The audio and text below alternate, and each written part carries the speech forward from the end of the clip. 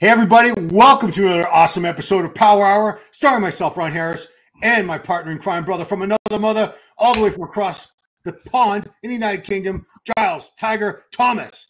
Giles is back from a full 7-day tour with none other than Andrew Jacked, from all around, met thousands and thousands of fans. We're going to look at some of the clips from that. But Giles, normally when you get back from a tour, I have a hard time communicating with you because you need a few days to decompress and sleep and do all that, but you seem like you're doing great now.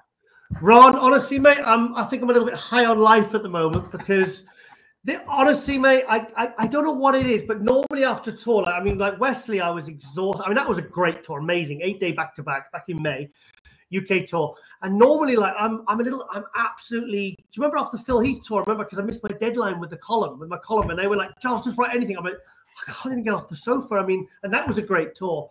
But I think now I'm getting more used to them and I'm kind of getting more in my groove. And also I figured it out so there's not too much driving. And if it's any more than over a certain amount of hours, we fly. Like we had one big drive on the tour and then the rest was all like flights and like 2-hour drives, 1-hour drives. And that's easy, you know? Mate, honestly, like I said, I came back on whatever night it was. I can't remember. What day is it now? Wednesday? It is Wednesday. Yes. Yeah. So I came back, I think it was, hang on, what day did I come back? Sunday night or whatever. And honestly, normally I'm like just literally like walking through the door, my hands and knees crawling because I'm so exhausted and I'm always a little bit, but mate, I was buzzing. I was thinking, yeah, it'll hit me tomorrow.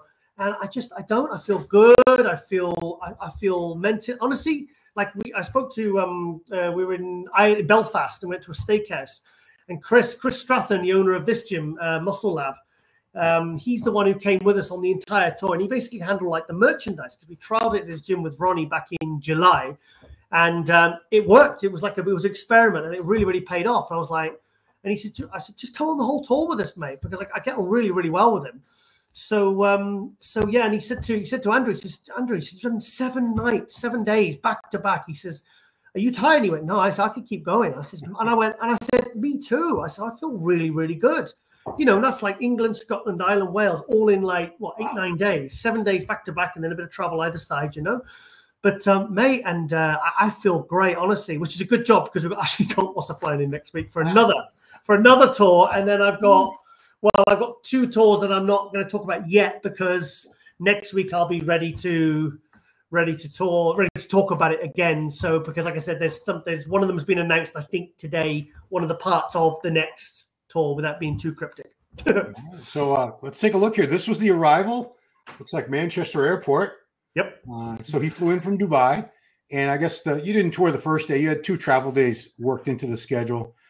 So first day, I think, did I interview him with you? You did a podcast for Olympia channel, and I think was that the day that you got me the interview in your studio as well? Yes, because he got in. I'm trying to remember actually. You know, it's like every day is so immersive and there's so much going. There's on my drive. Do you remember I did that picture of Phil Heath at my drive in 2019? Yeah. Walking up the drive, and I kind of like so I basically replicated that with Samson when he came in 2022 to do Global Muscle. I replicated it in 2024 this year with Wesley, and so every time we do it, I said, can we just do the obligatory walking up the drive picture? So yeah, that picture, I mean, look at the size of him, man. Look, I mean, you cannot appreciate. In fact, I'm always disappointed when I look at photos because I'm just like, you got to see this guy in the flesh. I mean, he is like, do you know what he told me? So there's so much stuffed inside my head. I know people are going to say I'm on the modafinil again, but I haven't, honestly.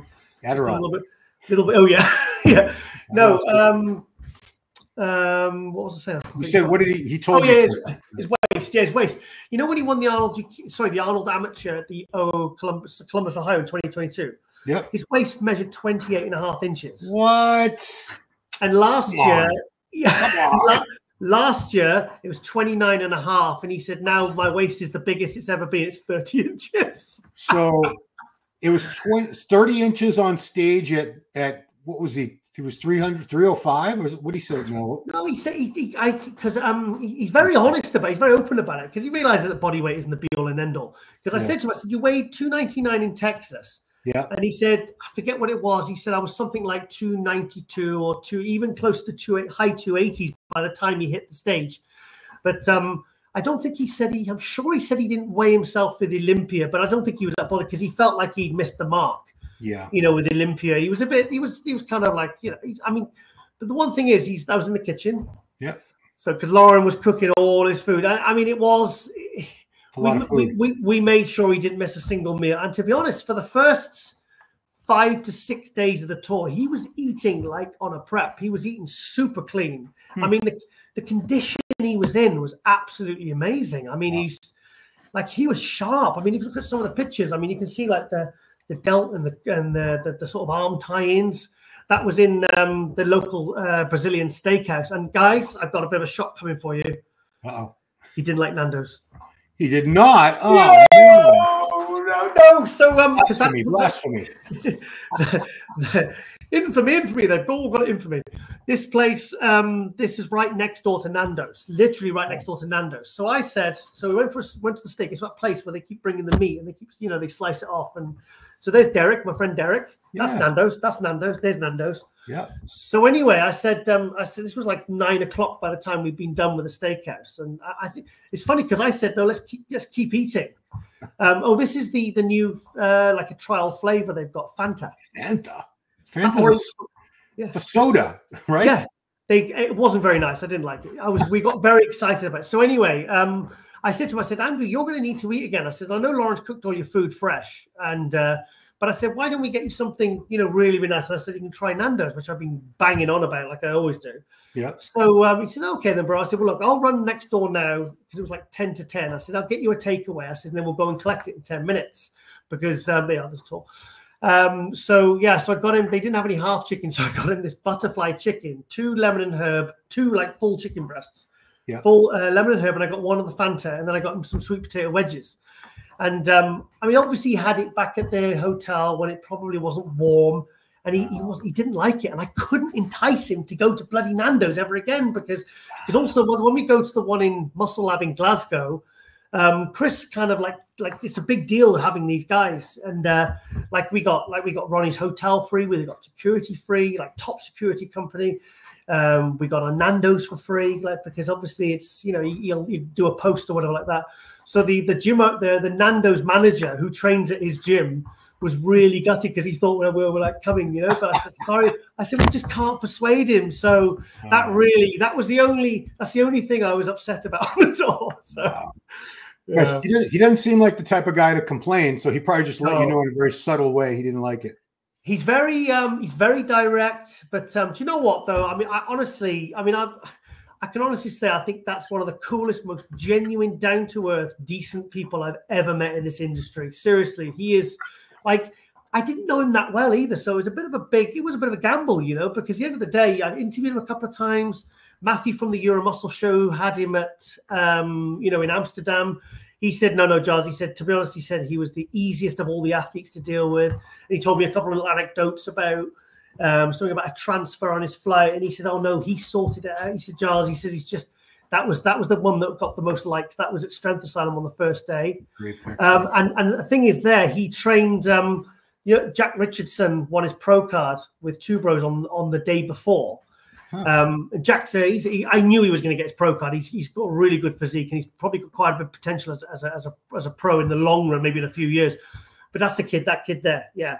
So he said, you can see he's still got all his tan on. So anyway, he said, Giles, I was actually prepping for a show somewhere in Europe in a few weeks. He said, then I decided right at the last minute to do the Two Bros one. He won it, and then the next day he got to train with Andrew Jack. He says, Giles, none of this was planned. So I said, mate, you've had quite a weekend there. I said, you literally woke up on. I said, Friday you're like an amateur, an aspiring amateur, and then Saturday you're getting your pro card, and then Sunday you're training with Andrew Jack. I said, that's not a bad weekend, is it? What a weekend. Good Strength Asylum. Yeah. What was I going to, you know, I just wanted to ask you one thing about Andrew's personality, because I've seen some people make comments on my posts when I posted one of your pictures saying, oh, he seems really arrogant. He's soft-spoken.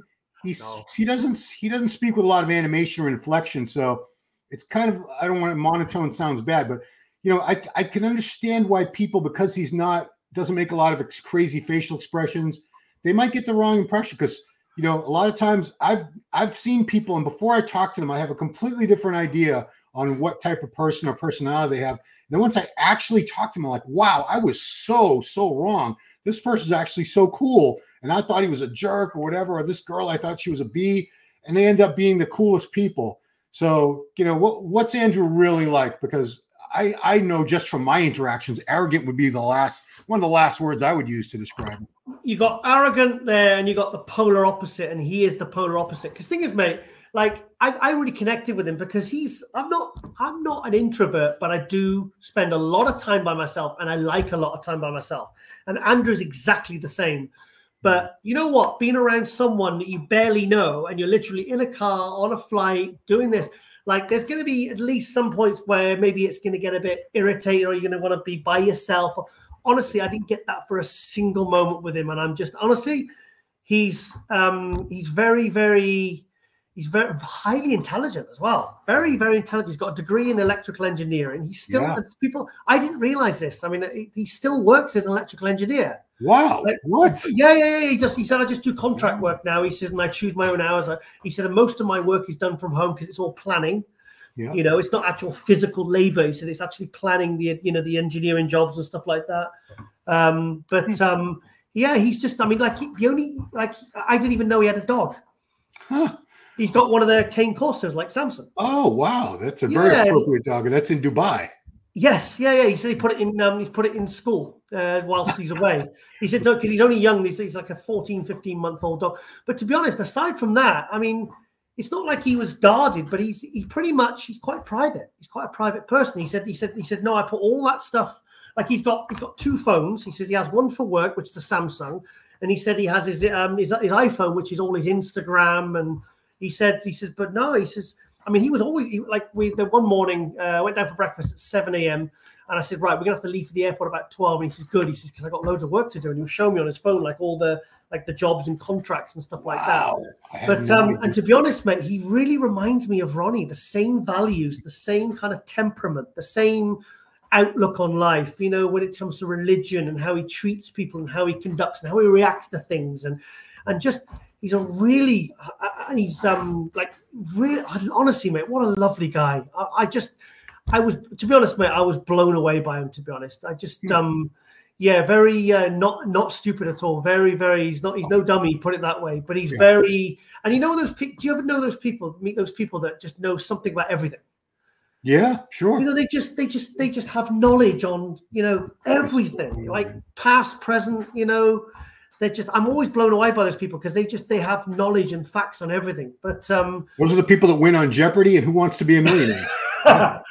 Yeah, exactly. But no, honestly, mate, it was an amazing experience, and he's just I mean, and also, like, there was a couple of things I was dreading. Like, there was on one of the days there was one big drive. It was about 4.5, 5 hours from up my way, because we kept him in a local hotel for the first 3 nights because the places were within under 2 hours, which meant we could just come back.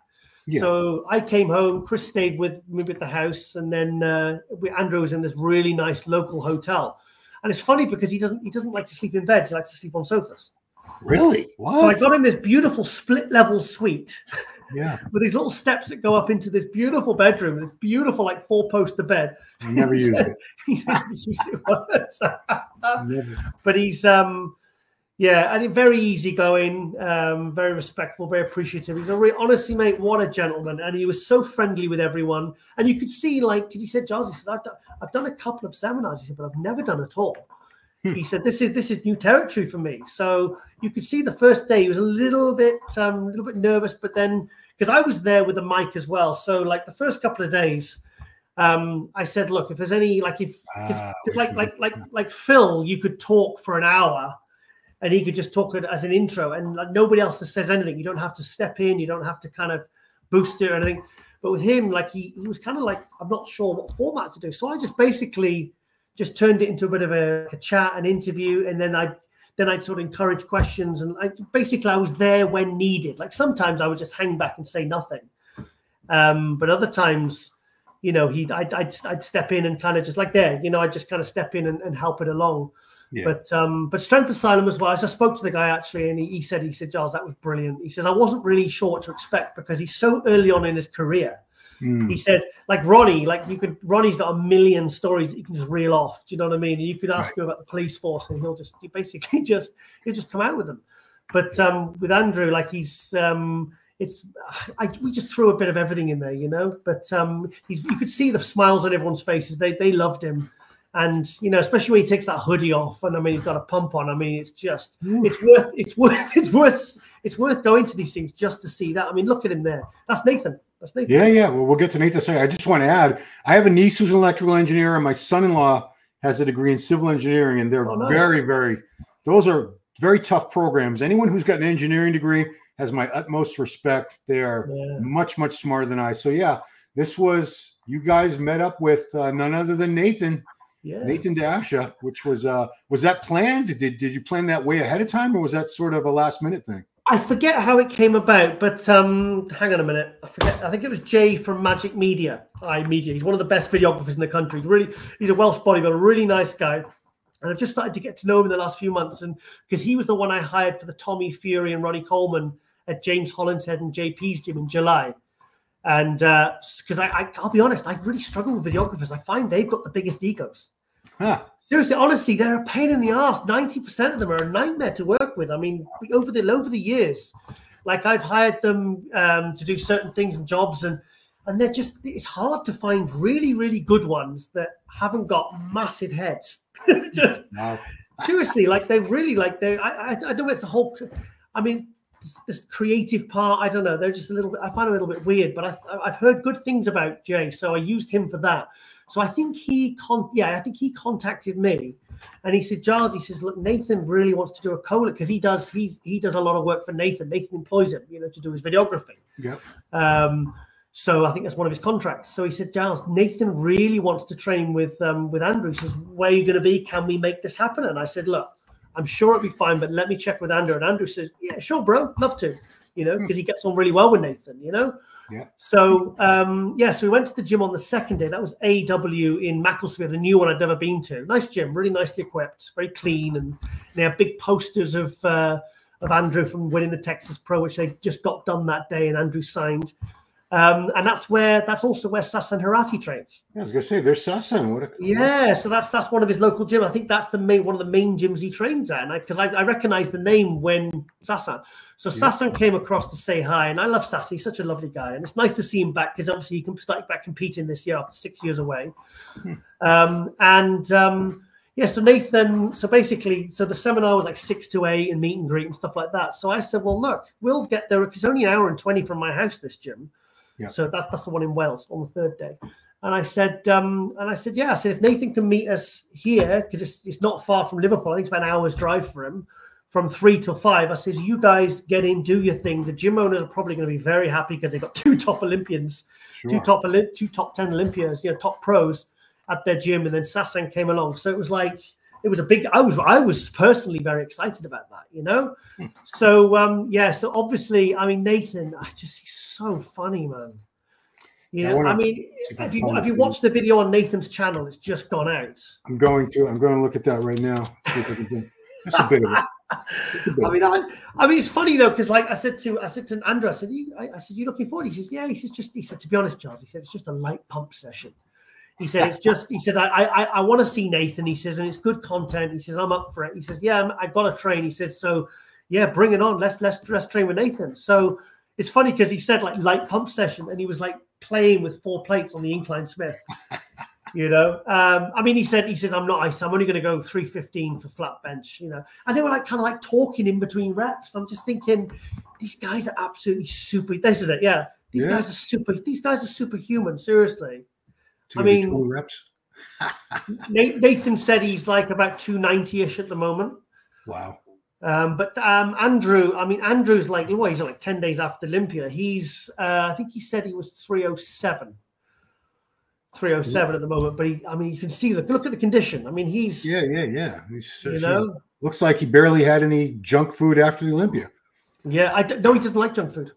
Wow. He doesn't like junk. In fact, he said to me, he said, Giles, he said, I used to eat little bits of, he says, but in May, the words he used were, I've killed my cravings. So he said, I had some donuts. He said, but for some reason, he said, I've managed to train myself out of even wanting junk food. He said, I'm really happy about that. But he said after a show, he says, I like my clean food.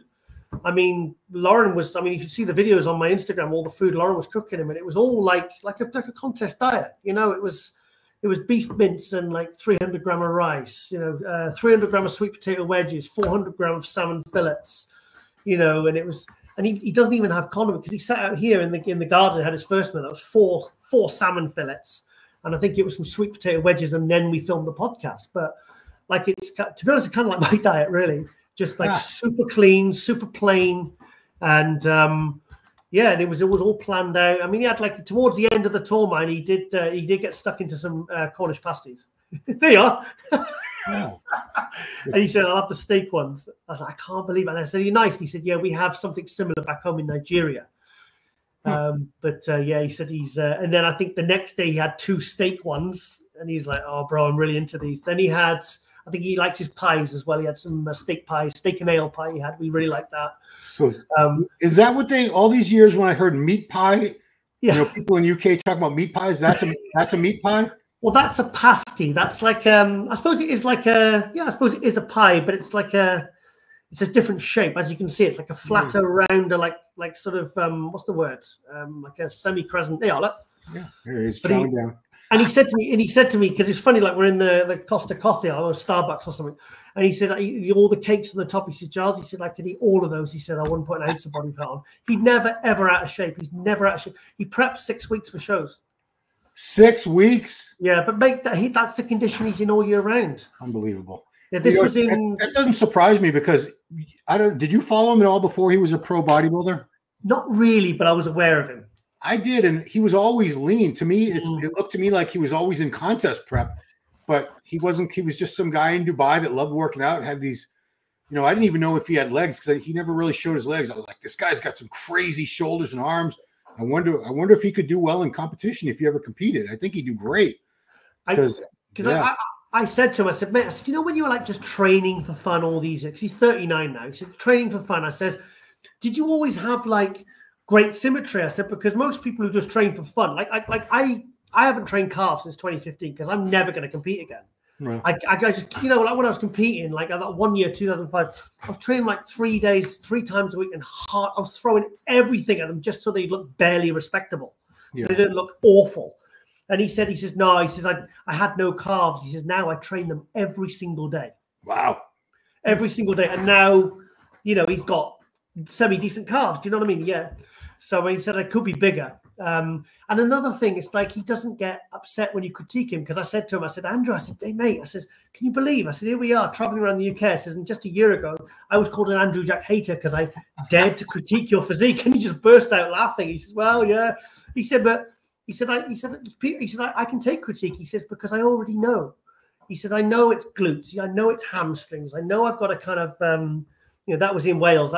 He was hitting poses with everyone at the end, but they were loving it. That guy Chris Bumstead, he comes to every single one of our seminars in Wales. He's so supportive. In fact, the one he came to in Wesley, he said his eyes were rolling into his head because he tore his stuff like you did, quad. Oh no! Got a big scar on his knee, and he said I was high on painkillers. He said I was all like, my eyes were rolling into my head. But he only just had the surgery as well, so he was. So I really appreciate. Yeah, that was Wales. That was brilliant. Back in my homeland. Yeah, that's a nice gym as well. That Pacific gym in Treforest. That's Aliun. I've been there. I've known him 30 years. That guy there. See that? Yeah. That's Dorian Southway. He was one of the top bodybuilders in Wales. In fact, the first ever bodybuilding show I went to when I was 16 years old, he won the juniors, and then this was in Wales. Yeah, he won the juniors, and then I think he got 4th in the British finals. But he was like a bit of a local hero, that guy. So it was nice to see the old friends from Wales and the old sort of the OGs of Welsh bodybuilding. It was really nice for them to turn up. I appreciate it. There's all the merch, good stuff. Yeah. And also Andrew gave some of his own like stuff for we did like raffles. Yeah, look, I've got the belts. I got one of the belts here. I got one of these for my own, so I'm gonna have to break it in because my old belt I've had 20 years and I need a new belt. So I thought, why not an Andrew Jack one? But I forgot to bloody ask him to sign it, didn't I? Yeah. But what was I going to say? Yeah, so the merch was sold really well. So it's nice shakers done and stuff like that. It's nice, something that's a bit more personal for the people. But going back to the raffle, yeah, he donated his own stuff. He got those Olympia trading cards, which he signed, and he kind of threw those in to like add to the main prize. He got this. He had 2 of these belts, like Mona Lisa belts, special ones that had his name embroidered on the inside as well. He said, Giles, he said, this one's a bit too small for me. He said, it's medium. He said, he said, even with my tiny waist, he said, it is actually a little bit too small. He said, so hopefully a female winner or a very small guy will win it. And then we can give that away. And then he also gave away, the Wolfpack bags they got at the Olympia. Yeah, yeah. The 60th anniversary one, the competitors get given. He gave that away as well. Oh my gosh. Yeah, honestly, and I didn't ask him to do that, and he sent me like a long voice note. I said, "Oh, because usually my heart drops, but my heart sinks when that happens." And he said, "Bro," he said, "I think I should donate to the raffle." He said, I've got a few things here." He said, "I'd like to contribute," and I was like, "Wow, that's so cool of you," you know. But look at the size of him, mate. Look at the condition he's in.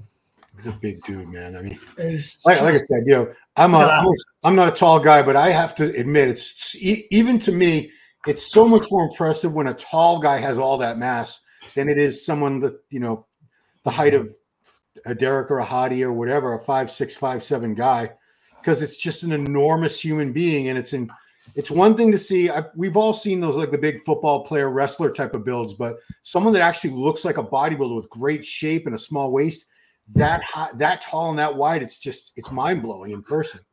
Do you know, I thanked him as well. I said, mate, do you know how great a day you gave me and all us bodybuilding fans the day of the Texas Pro? Because I remember I remember running out into the back garden. I was messaging you on the group chat. And also I rang AJ because when the Gilco footage came out, and do you remember we just all freaked out? Yeah. And also I was so happy because remember I said as well a few weeks before when I saw him in Amsterdam, when I was there with the muscle show, Euro Muscle Show.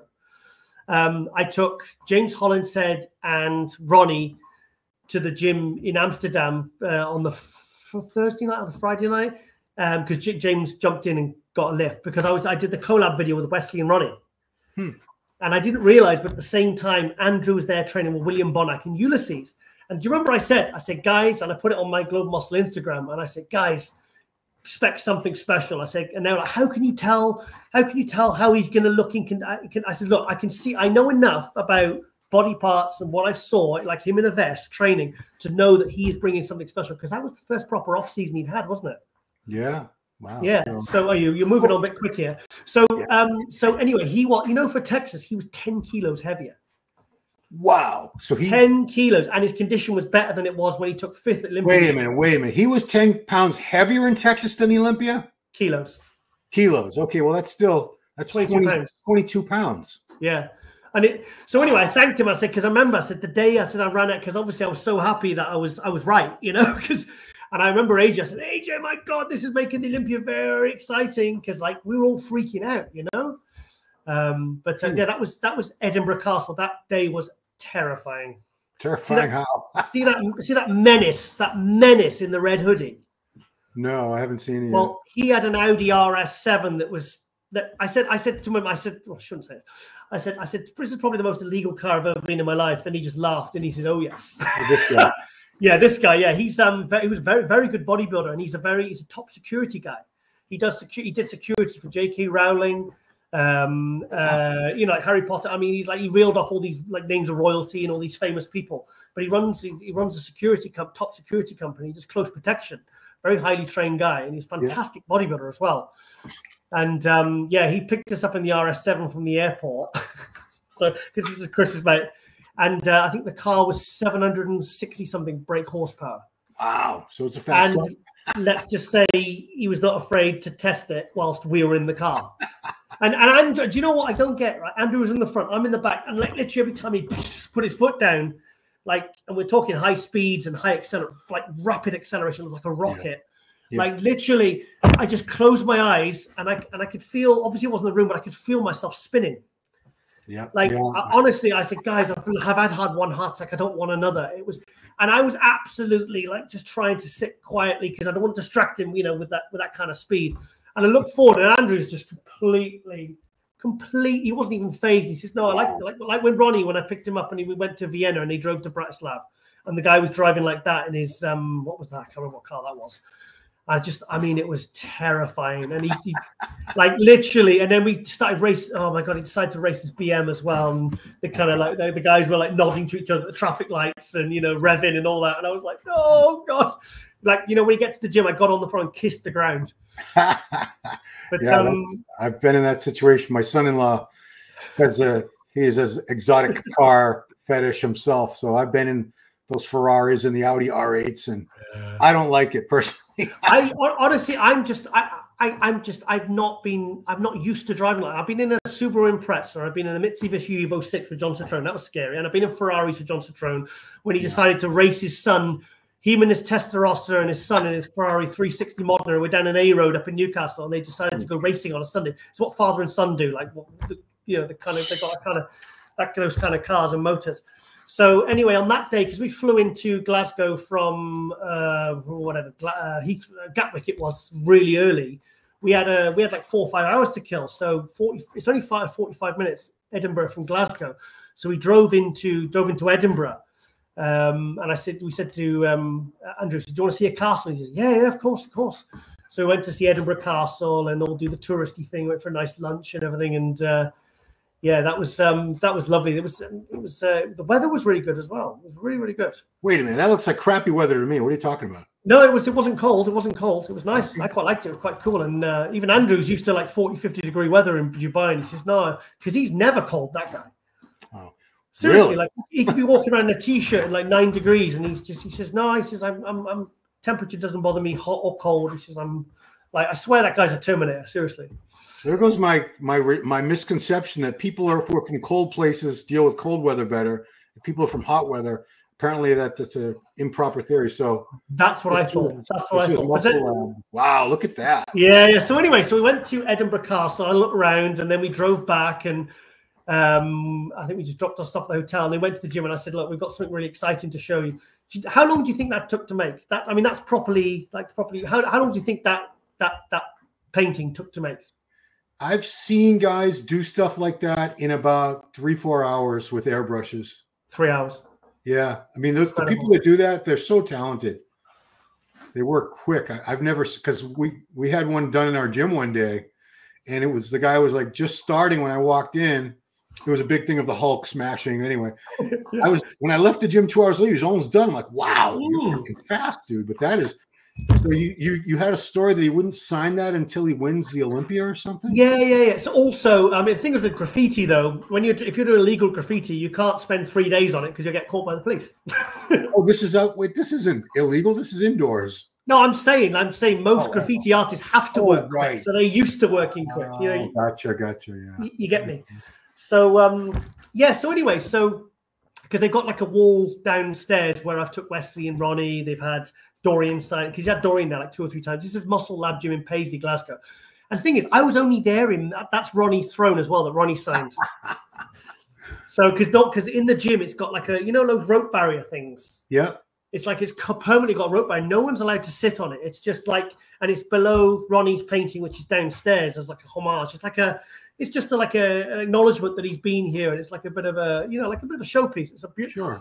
But I went in May with Wesley, and it's only like 5 months ago. I didn't even recognize the place. Like that's how, like that floor there. That's a brand new floor he's put in. He's got all this new equipment. It's a beautiful gym, all green and black, and he's got these kind of drawings everywhere, all over. He's got Jay Cutler, Lee Priests, and I mean, it's such a cool gym, such a cool gym. I was a little kid who just wanted to talk about Spider-Man, but yeah, that was a good one as well. That was Chris's as well, so that was really nice because, like I said, he came on the whole tour with us. Yeah, so anyway, yeah, back to the story. Yeah, so he said that this is where he said it. He says, there you are. So he signed that. So you can see what Dorian, who's on there? Dorian, yeah, Wesley, that gangster guy that I arranged to be there, the Italian mafia guy. Okay.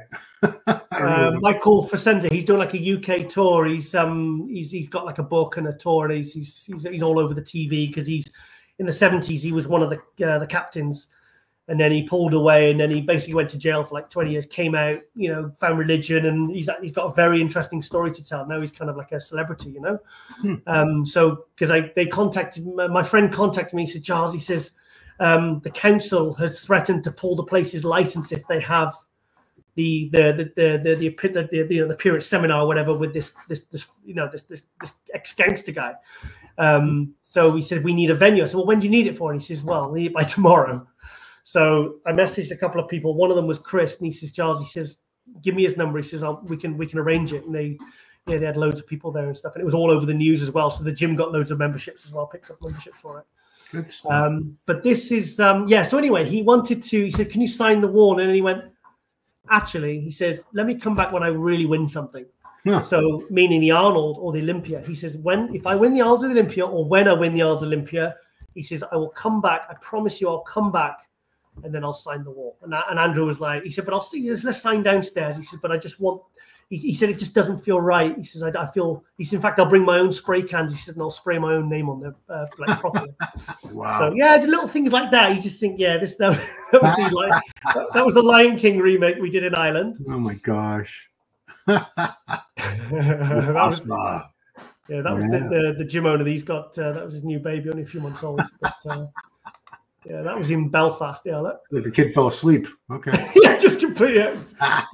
Baby's just completely chilling there. So this was the final day of the tour in Belfast, Northern Ireland. Yeah. We're right. And I didn't realize, but there's the Romania last year. Yeah, that was. I didn't realize, but I booked the same hotel as the one I took Ronnie in, so I was familiar. It was right in Belfast city centre. And I mean, obviously Halloween weekend, the town, I mean, you know, they like their partying and the drinking and stuff, the Irish. So we went out to a steakhouse, and we went out for a couple of drinks. And in fact, I actually went to bed. I actually came home. I actually went back to the hotel about 11ish, and they stayed out for a couple of hours. So having girly cocktails and stuff, because obviously I'm on my day 68 of no alcohol. So I was. Congratulations on that, by the way. Yeah, no, I'm not talking like massive. I was just drinking a couple of glasses of wine every night. I thought I need to knock it on the head. I want to get some blood work done and see if there's any difference, like an experiment, you know. Yeah. But yeah, so they were drinking, and Chris was like, "Go on, just have a drink. Go on, just have one. We won't." I said, and Andrew says, "No, I like what Giles is doing." He says, because I said if I do it, then I've got to go back to day one again, even if it's just. And I said, I don't want to just do that for the sake of one beer or one glass of wine. I said, so I'll just leave it. So that was the steakhouse, and it's funny, you know, because like sometimes when you get this a lot with Ronnie, like say there's a restaurant is fully booked, like Chris would then go back up and say, look, this guy got 1 million followers. No, seriously. And he really and honestly, and they're like, give us your number. I'll come back in 10 minutes. I'll ring you in 10 minutes. 10 minutes later, we're back in there with one of the best tables in the house. Wow. And with Ronnie, I mean, if you're at airports, you're not queuing, you know, I mean, he's like mega celebrity level. So, you know, like there is, you know, it is funny because I suppose being famous or recognizable, or, you know, there is definite benefits to it, you know. Of course. But it's funny because Andrew's he's not affected by any of it. And I don't see, like, he's very grounded guy. He trains alone, you know, trains by himself. Oh, wow. Yeah, he's a very interesting guy, actually. And to be honest, he was a real pleasure to be around. And you know those people, like when I'm around Ronnie, I feel calm. I feel very, you know, like their demeanor brings you down to a level of calmness and stillness, and like you're like this stoic, where you just feel better when you're around these people. Like some people, they make you feel bad, they make you feel on edge or nervous, or they make you feel bad about yourself. These people, they're a good influence, you know, being around people like that who are very positive, and like the way he talks about social media, it's very much like, you know, like he said to me, he said, Giles, he said, if it wasn't a bodybuilder, he says, I wouldn't even have social media. He says, it was Larry Wheels that said, you've got to get on social media. Yeah. He said, I don't even like, he says, no, I don't like it. He says, it doesn't really bring anything to my life. I've got my business and my life, my private life. He says, and there's stuff my life that you'll never see on social media. I like to keep private, you know. I mean, did he want to really talk about his dog? And I'm like, I don't know, just little things like that. I just thought, okay, well, I'll respect your boundaries and I won't try push, and, you know, because look at the size of his arms. They're ridiculous. Yeah, that's why I didn't get any triceps genetics, because he went through the line 3 times. Damn Damn it, Andrew. Anyway, so yeah. Yeah. So to sum it up, it was a great tour, and Brilliant. you said you'll definitely do it again with him sometime soon. Well, yeah, because like I said, on that long drive, the 5-hour drive, I was like, oh, this is a lot for a big guy like that in a car. And he looked over at me and he said, I'm really enjoying this drive, Giles. It's beautiful scenery. I was like, really? And then he kind of like with Ronnie, like when I was Ronnie in Ireland in March, and he says, Giles, I like this tour thing. He said, do you want to do another? And I said, well, when do you want to do it, Ronnie? And he said, well, when does it get warmer in the UK? So that was when we did the July one, and that was 6 countries. Wow. So I said to him, he brought it up. I didn't bring it up. And he said, yeah, he said, you know, bro, I've got some really good, he said, Asia, I've got a lot of fan base. I got a lot of DMs, a lot of messages. And he said, the demographics and all the statistics, he said, you know, point that I've got a lot of fans. He says, maybe we could look at doing one there. And I said, well, let me take you to Hungary as well, because the job that Ildiko Baranets did with Ronnie, you know, the one with the big theatre, it was completely sold out in the Ronnie Mobile. And, you know, obviously these are going to be the ones I go to first. So hopefully if the Arnold UK happens, Andrew's kind of assuming at this point that it's going to be 2 weeks after the Arnold America. So he wants to do one as soon as March, you know, late March. That was a steakhouse. That was Crayford. That was, yeah. So anyway, so he said, yeah, I want to do. So I said, well, what about say UK, Hungary, Asia? Because obviously the visa thing, it takes time for each individual country. Yeah. So if like he said, just give me a heads up of what countries you think will be interested. He says, and then I'll just go make the individual appointments, and then we can get it all lined up. He said, because it's not. He said it's not an issue. He said just a little bit, you know, just I have to make appointments to get like a 2-week visa for each individual country. So, you know, plan it out, and then we can take it from there. So I was like, well, UK definitely. Hungary was brilliant, obviously. So I want to go back there. And Asia is something new for me because I'm always looking to expand. As I was talking before we started filming, I'm always looking to make these as international as possible, because sooner or later people are going to try and start copying me and try and imitate what I'm doing. But I want to try and always stay 2 steps ahead, like we do in the merchandise now, and we're doing, you know, obviously the connection with Olympia and trying to make them, and also making sure that the athletes talk about didn't miss a meal, had all our food done, it was nice. You know, you know, I wasn't rushed. You know, they were well handled, well promoted. You know, we were on time. You know, got some good content for my social media. All these little things that basically I know that, you know, if I really focus and really pay attention and make sure that these things are taken care of, no one's gonna, certainly even if they try to imitate us, they won't beat us. They won't do any better job. Do you know what I mean? So I want those athletes going and saying good things. I mean, that's how this Olympia All-Star Tour thing happened, because Phil Heath, the first one, the Global Muscle Pro Tour I did in 2019, he spoke to Dan and said, you know, yeah, it was good. For a first one, he said, they're onto something here. He said, it was really good. I had a lot of fun. And then Dan came to me and said, why don't we get an Olympia All-Star Tour? And, you know, and we can help back you up with like, you know, YouTube content and social media, and, you know, we'll just basically, it's a win-win for everyone, because you're taking those, because think about it, when do you get a chance really to see the pros? It's either at expos and you got to stand in line for 2 hours and then it's a quick handshake and a photo, right? Or it's seeing them on stage or at a bloody meet, you know, like you don't really get much opportunity, because otherwise it's all just 2D looking through a screen. So, but when you do these, you can actually, like people come and say, do you mind if I jump into a session with you? And he's like, yeah, go on then, you know, he's like stuff like that. It's and also having them come to gyms, and so people can see what these guys are like in real life and properly interact with them. It's like, for me, I mean, when I was a bodybuilding fan, I was younger. I mean, I remember borrowing my friend's motorbike, not having a license, not having insurance, and riding this bloody 125cc motorbike to get to a bloody Paul Dillette. No, not Paul Dillette. It was Flex Wheeler. Flex Wheeler seminar in 1995 in Cardiff, like in the pouring rain. Stupid thing to do. But I just that's the lengths I was willing to go to kind of meet my heroes. So stuff like this, and also they're coming to gyms, and they're also, like most days he was training. Like that one you showed of him posing with the shorter guy, the shorter black guy. I forget his name. Majon Muscle, his Instagram is. Like Paul Knight, the gym owner, said to me, he said, Giles, he said, do you think we can get him to train, you know, with our new guy, because he's a new pro and it'll be good promo for him? And I said, well, look, I'll do a post of them posing together, And then what I'll do is I'll do a collab with the Olympia. Hope they share it. And they did. So now his following's going up. He's excited because he's got a video of him posing next to Pope. Play the video. Play the video. Was that on Instagram or Facebook? Instagram. Yeah, it's on there. You played it before. You played it before. Yeah. Keep going. So you'll see it. You'll see it. Yeah. But this is it's an African name, and I don't want to butcher it and get it wrong or piss him off, you know. But like they asked before, and they said, "Look, is Andrew going to be training?" I said, "Yeah, you probably train." I said, "He's most likely to train." They said, "Do you mind if it's IK or something? I forget his name. It'll come up." Major on Muscle is Instagram. He's a risk assessment officer. Lovely guy. There you go. There you go. Let's give him a little shout out. His name is Yinka Maduragbi. Yinka. Lovely kid. He's just turned pro. Give him a follow. He's a 212 pro. I tell you who also was at training at Crayford. Was that Luca Pola, the 212?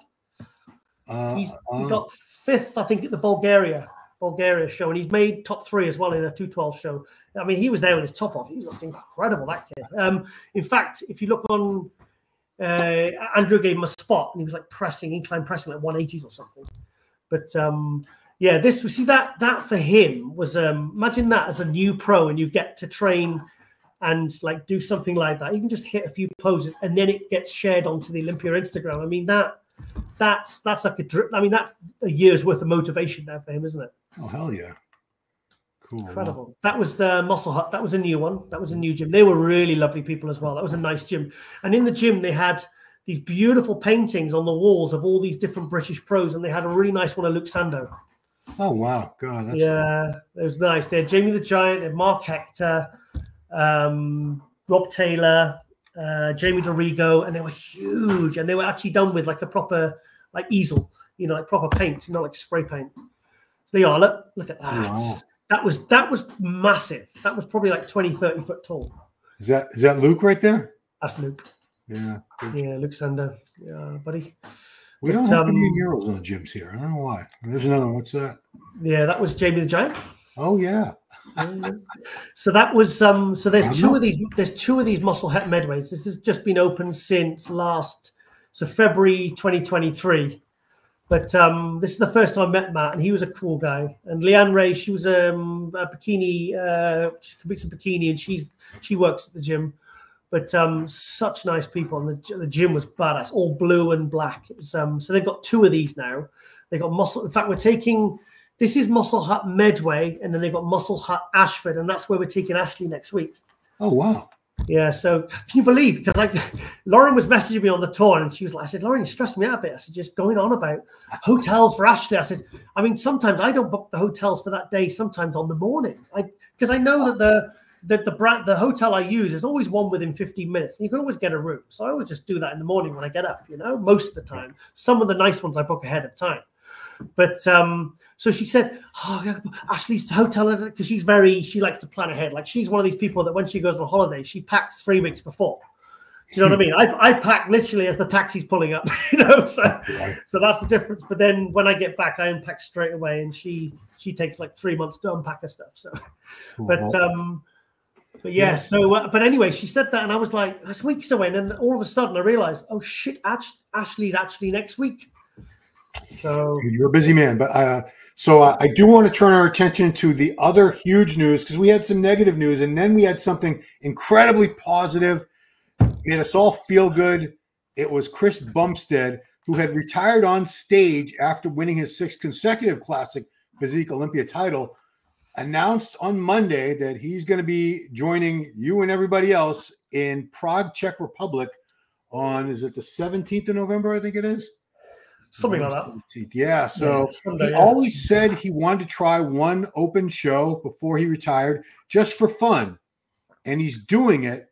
And you're going to be right there commentating on the pay-per-view, you lucky SOB. You're going to be right there, because he did make some hints that on his YouTube, well, if I win this and qualify for the Olympia, maybe I'll do the Open Mr. Olympia next year. Who knows? I don't know if he would or not. First of all, what was your reaction when you first heard Chris Bumstead's doing the Open show in Prague? Well, I'll ask you a question. Did you see this one coming? I didn't see it coming, because I thought he was going to do it at some point before he retired. So once I heard he was retired, I was like, oh, I guess he's not going to ever do that. But I was so shocked. I was happy. I was so shocked. I was like, okay, this is cool. This is cool. I was just like, holy shit, you're kidding me. And then obviously the news broke, and Peter, the promoter, sent me a message, and I was like, I said, wow. I said, you know what? I said to Peter, the promoter, I said, I'm so happy for you guys, because they've been doing a great job with the EVLS Prague show since 2012. I was there the first one. MD sent me. Remember when Dennis Wolf won? And I covered it with Natalia Mello for MD. And I had Sean Roden winning. She had Dennis Wolf winning. And I said, whoever wins does the interview on stage. And she said, I've got Dennis Wolf. And I said, well, I've got Sean Roden. So anyway, Dennis Wolf won. And then she turned around and says, Giles, shit, what do I ask him? So I said, right, give me 2 seconds while I set the camera up. I wrote down 5 questions for her. So and she did it. She did a great job. But anyway, I'm so happy for this, because this is huge for them.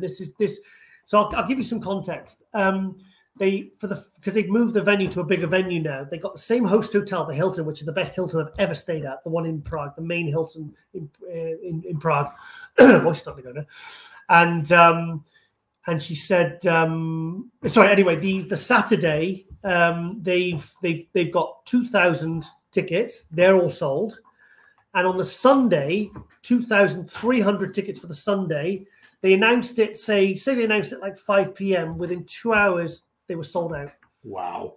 So all the tickets sold out. So now they're trying to push everything towards the live stream, which myself, AJ, and Lauren will be doing. I mean, Lauren actually is coming now, because she was in an hour and about to be able to come. So I think she's just been messaging me there about flights. I think she's going to have to come on a separate flight because she's not working and everything. But it looks like. So anyway, so I'm not nervous. I'm just excited. Do you know what I mean? I mean, it's not like I have to think about doing a good job or anything, because I know that, just do me and we'll just do our thing and, and just relax into it and have fun with it like we always do, like we did in Spain and Prague last year and everything else. But I mean, the one thing I was thinking about, this is the thing that I was like, okay, this is what could make an already exciting show even more exciting to another 10 levels, is Chris Bumstead's weight limit as a classic was 242 pounds. He weighed in at 241.5 at the Olympia. Now, I was thinking, okay, then is that the best version of Chris? And that's just basically where he happens to lie. Like Flex Lewis said, I always look my best at 225, 226, but then have to suck it down to 212. So we've theoretically never got to see the best ever version of Flex Lewis on stage, because at say 3-4 weeks out, when he was 225 looking his best, he didn't guest pose because it was 4 weeks out from the show. Now, Bumstead, I was trying to get some info on, on basically how he looks his best. And apparently it's like Flex Lewis, between 250 and 255 is when he looks his absolute best. So imagine, like, what's that, 13, potentially 13, 14 pounds, as we could in the UK, a full stone heavier, like that. And the thing is, Hani Rambo's not going to bring him in like 255 and he's going to be soft with a thick waist. He knows what real condition is. Chris is not stupid. He's got a team of people around him that'll basically analyze his physique and know exactly what he needs to bring to the stage in the best condition, especially if he's going into an open show where he's going to be going up against guys much, much bigger. So when I found out that actually the best version of Chris Bumstead is something we've never seen on stage, that was when I got really unbelievably next level excited. Because think about it, like those people now, if you look on Instagram, people are like, how can I get a ticket? Will you sell me your ticket? Like, people are going crazy. And this is a show that is like, last year I was there doing the live stream commentary, it was, that show is a big show and it's always busy. It's always sold out. So now, like, with the amount of people that, I'm thinking, right, because, and also, like, think about the Olympia live stream. I looked on and there was like 6,400 people watching at their highest point during the finals. Yeah. Times $75, that's $480,000 revenue they were bringing in from that. Yeah. And that's basically why they bumped up the prize money. Now, assuming this is like $10, $20, could you imagine the numbers we're going to be getting for the live stream on that weekend? It's going to be insane. I predict it will equal or surpass the Olympia, because that's what I'm saying. This is so exciting. And look at this. You see what Regan Grimes posted here? What did he say? 6 days ago, Regan on this picture said, plot twist, Chris retires Classic and goes to Open. Oh, did he? That's cool. You must have known. He must have. I think people must have known. Yeah, I mean, I don't know how they would have kept it a secret though. That's the weird thing. If he did tell, if he told people, he said, "Shh, don't say anything," because I'm gonna announce it Monday on my Instagram and Prague and the EVLS Prague. People are going to announce it because it was almost a simultaneous announcement. I mean, I feel like, you know, obviously, I mean, I was on the tour, so I was distracted. So I didn't have my finger really on the pulse with everything outside of what I was doing on that tour. I kind of feel like I might have heard a nudge, nudge, you know, keep this to yourself, but I didn't hear anything. Yeah. So, and someone that big, I mean, that shows you what a great team of people he's got that he can trust. Because, I mean, this is a real ballsy move, and I think it's a real, like, we were like, I am a Bumstead fan, but like there's mega Bumstead fans that like literally probably don't even give a shit about bodybuilding. They just love Bumstead, and rightly so, because the guy's cool. Right. But like the fact that, you know, that now we're going to get to see this, that because we all thought he was retired, and we kind of felt a little bit sad, and I was a little bit emotional when I watched it on the live stream. You know, it was like 3, 4 in the morning, and you're so emotionally invested in these shows, and you followed these athletes' careers from when they were, you know, when he turned pro, and you just, you know, they're like, I saw the 2019 Olympia and all that. And then now, you know, you're like, oh shit, he is literally done. We knew this day was coming. We predicted he was, you know, this might be his last one, you know, and he's a cool kid and he's incredible. And he went out looking the best he'd ever looked. So, I mean, I'm so excited to think that, and the thing is, I mean, I personally, I think he's going to take second behind Martin. What do you think? Yeah, that's my feeling. I don't see him beating Martin Fitzwater. Martin's got a very complete physique with a lot more muscle on it. Yeah. But it's at the same time, it wouldn't, can I say this? It wouldn't give me a heart attack. It wouldn't give me a heart attack sorry, guys. Yeah. If Chris won, I wouldn't be that shocked, but because like I said, we've never seen a 255 pound Chris Bumstead, a much fuller, rounder Chris Bumstead. Yeah. And I bet you the condition is going to be almost as good. If not, maybe it'll be as good. Who knows? Because he probably had to really deplete just to make the weight. I've had a thought. Now think about it, right, Ron? Let's look at that. I mean, that was the best ever version of Chris. I mean, I didn't even think that after seeing how great he looked at the 2022 Olympic, because the 2023 at the lat 10, he was 3 or 4% off what he was the year before, but still completely dominant. Yeah. Now, if we look at the 88 Olympia, okay, so say you've got, so you've got like a Martin Fitzwater who's number 4 in the world in the Open Pro, you know, in the Open Mr. Olympia. Some people, I mean, I think at the finals, he certainly deserved 3rd over Lunsford.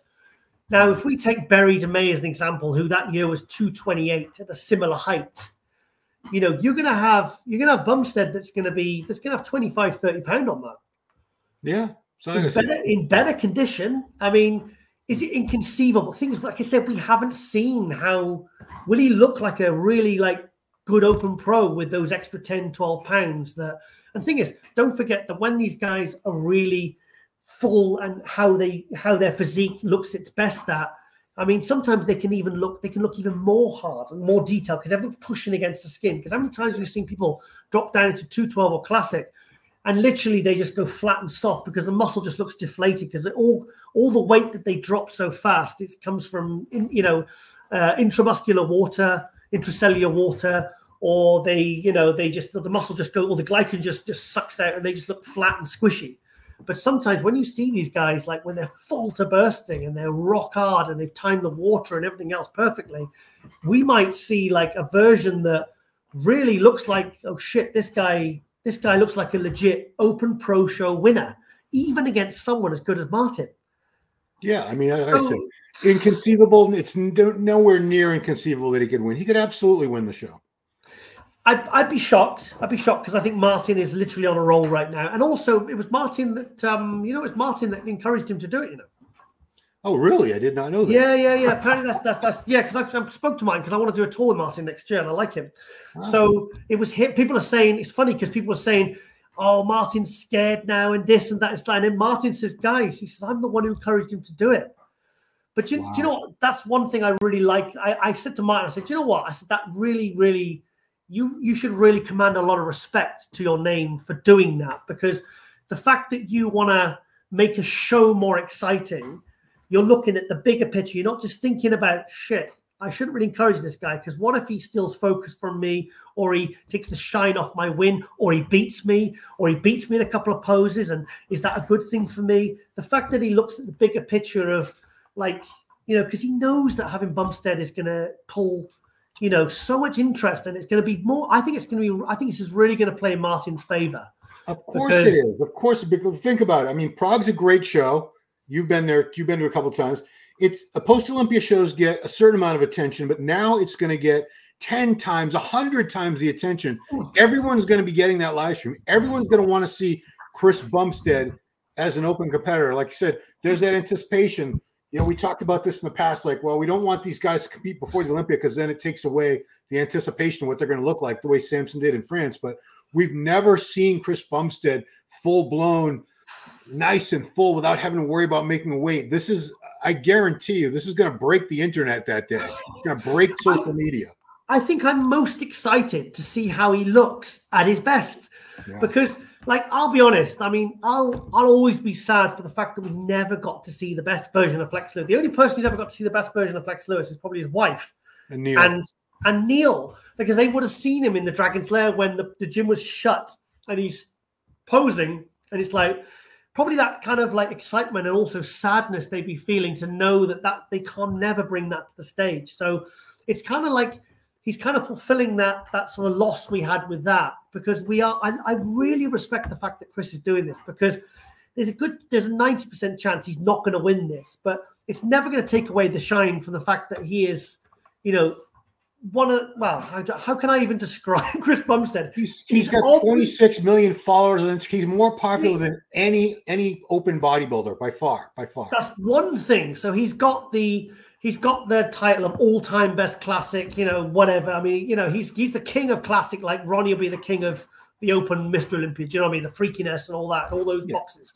But the fact that he's actually willing to go, do you know what? I'm going to stick to what I said, and I like the fact that, because it takes, how can I put this? Like the fact that he's willing to do this, and for me, it's not a risk, because I think that he's giving the fans what they want.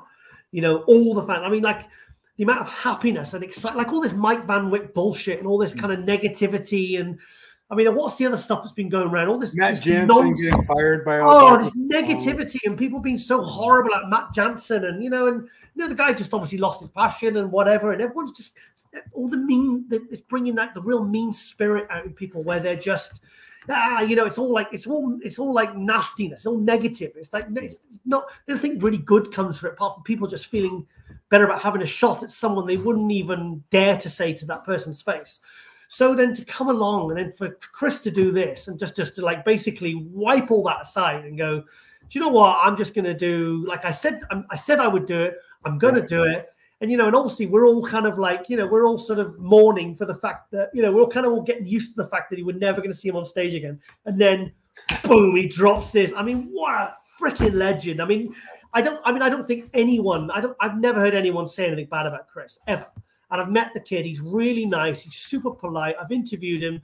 He's just a cool, genuine, decent guy, a true role model to the sport. When, let's face it, you know, we need more of them, as many as we can get. You know, he's just a cool guy, man, and he's really elevated the sport, kind of like Arnold did in the 80s and 90s. Do you know what I mean? He really like. I mean, he's had interviews with Chris Willis and Jordan Peterson. I mean, this guy's gone mainstream. Yeah, you know, we're talking mainstream here. How many people has he got into the gym? You know, to sort of, I mean, if like I said, if I was a teenager, I mean, I like Barry DeMay and those aesthetic type physiques, Kevin DeVrone, Sean Ray, you know, also a bit bigger. But if I'd have been a teenager, I would have this guy's posters all over my wall and thinking that's what I want to look like, and also emulate his personality, because he's a decent human being. You know, he's a you know, I mean, I wished I'd had my shit together at that age. Like, I mean, I was a complete idiot when I was 29. Do you know what I mean? But he's such a great role model, and I just think, and it's sad that he was kind of retiring, but we kind of got it, and it was kind of a good way to go out on top. But the fact that he's done this, and obviously, I mean, I'm happier than most because I'm going to be sat there doing the freaking live stream commentary. So I'm going to have to bring out my absolute A game for this, Ron. I have full faith in you, Tiger. I know you're going to do an incredible job. You got 2 weekends in a row. You're doing Romania and Prague, right? Yeah, yeah, and I mean, you'll find out next week. We'll have to squeeze it in somehow because I'll be on the road with Ashley and Lauren, obviously. Ashley Coltwasser. I've got some other news which will be meaning those couple of weeks are even busier. So I mean, I'm probably only a few hours away from being able to announce it, but I don't want to risk it and then. I don't want to, because somebody else is going to announce something that I said you announce it first and then I'll follow up because it's your big news. Even though I've arranged it and all that and I've helped make it happen. Yeah, I feel like it's your news to announce. You'll have more impact and more excitement, and then I'll just follow up. So I can't really talk about it right now, but by the time this goes out, you'll probably see it on Instagram. But it just means my weeks are getting even busier. But you know what, mate? I am the opposite of complaining because this is me living the dream right now, mate. I mean, the fact that I can make a contribution like this and benefit so much with being right in the heart of it and being able to sort of, it's kind of like why I do what I do, mate. Just to have to be a part of something this incredible, and also a big thank you there to Peter and the organizer of Prague for inviting us back because I've done live stream from I think third or fourth time now, yeah. And they are fantastic people. It's a fantastic show, and I think also people like because Sean Clarida's in it as well. Yeah, that's right. You got short, so you got 3 different divisions. You got Open, Classic, 212, all competing against each other. So for me, this show is extra special, and also trying to get Ashley to do it as well. Oh wow! I mean, that would be win number 3,000 for her, wouldn't it? Yeah. Well, she's doing Kazakhstan this weekend. Oh geez. Chris Minna's show, and then she's doing Romania, and we're trying to. Because I said she can stay here if she wants, so we can put her on Airbnb, and I'll take her back and forth to the gym and make sure she does her cardio, and we can cook all her chicken and asparagus and everything she wants. And like we did when she came over in 2021, she can train with Lauren because obviously Lauren's prepping now for some shows. I can't say which one because she changes her mind all the time. She's depending on how she's ready. And hopefully, she might just go direct from Romania to Prague and then just entrench herself there and then compete. But either way, I mean, it's going to be, I'm looking forward to doing some live stream. And also, because it's been announced today, me and AJ are doing the live stream. So, because, and then Lauren, I think is going to, if she is coming, she'll jump in. What I'll do is there is a reason, but I'll probably let her and AJ do the classes, like the female classes together, like figure, bodybuilding, bikini, whatever female ones there are. Yeah. And then I need to be elsewhere, let's say. Okay. On the premises, but all will become clear. Oh, well, so next week you have Ashley tour next week? Yeah. Oh, God. So when the hell are we going to do Power Hour, dude? I don't even know. Well, hang on. She flies in Tuesday, so we could probably do it Monday, mate. Okay. All right. I mean, because I don't want to miss. I want to miss a chance to talk about this, and we talk about the Romania show is going to be a great show too. So do you want Ashley to stand in for me?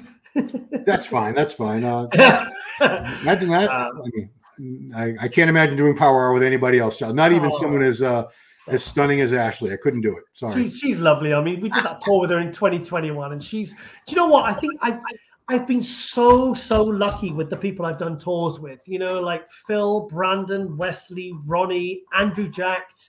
Who else is there? That's it.